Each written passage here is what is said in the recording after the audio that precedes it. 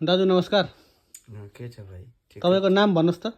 मेरो नाम राम प्रसाद यादव हो। घर मेरो धनुषा जिल्ला हो, 2 नम्बर प्रदेश, वार्ड नम्बर 2 हैन।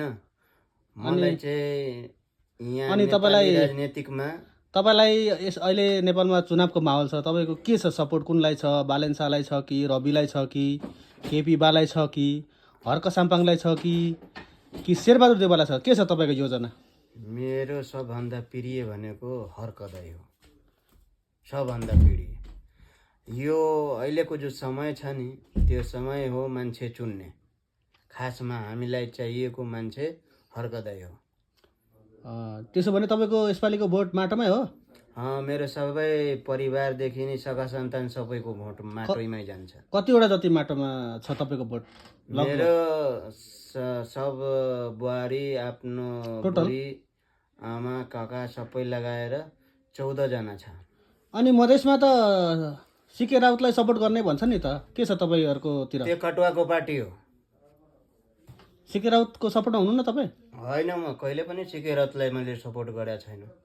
उसले त अनि मधेस अलग्गै बनाउने भन्छ। होइन, त्यसको राजनीतिक विचारधारा नै उल्टो फरक छन् भाइ। हामी भनेको नेपाली माटोमा जन्मेको हो, नेपाल देशमा जन्मेको, यही सबभन्दा ठुलो गर्वको कुरा हो हैन। रह्यो कुरा अब नेताहरू त झोले हुँदैछन् हैन, देखेकै छन् हामीले झोले छन्।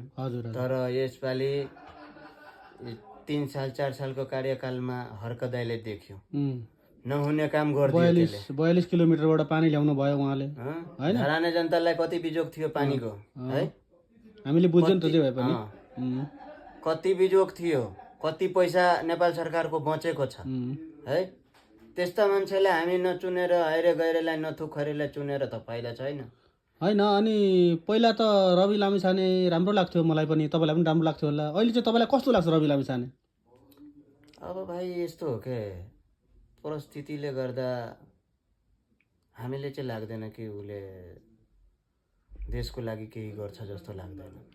हैन, मैले भन्नु खोजेको त्यो जुन सहकारी काण्डमा उसले लुटेकै, उसले खाकै हो कि के छ? के लाग्छ तपाईलाई? हामीले देखे छैन। अब कसैको व्यक्तिगतमा टिका टिप्पणी किन गर्नु? हैन, यो जुन अदालतबाट 2 करोड 74 लाख तिरो, एकचोटि 1 लाख तिरो भन्ने समाचार आइरहेको थियो, त्यसमा तपाईँ के छ भने?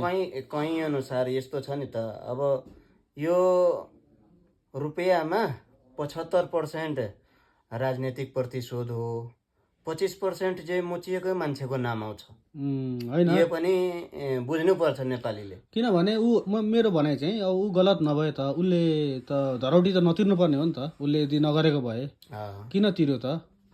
त्यही त। अब जस्तो कि यस्तो हो भनेपछि समग्रमा यसपालिको भोट तपाईको माटोमै हुन्छ दाजु? माटोमा।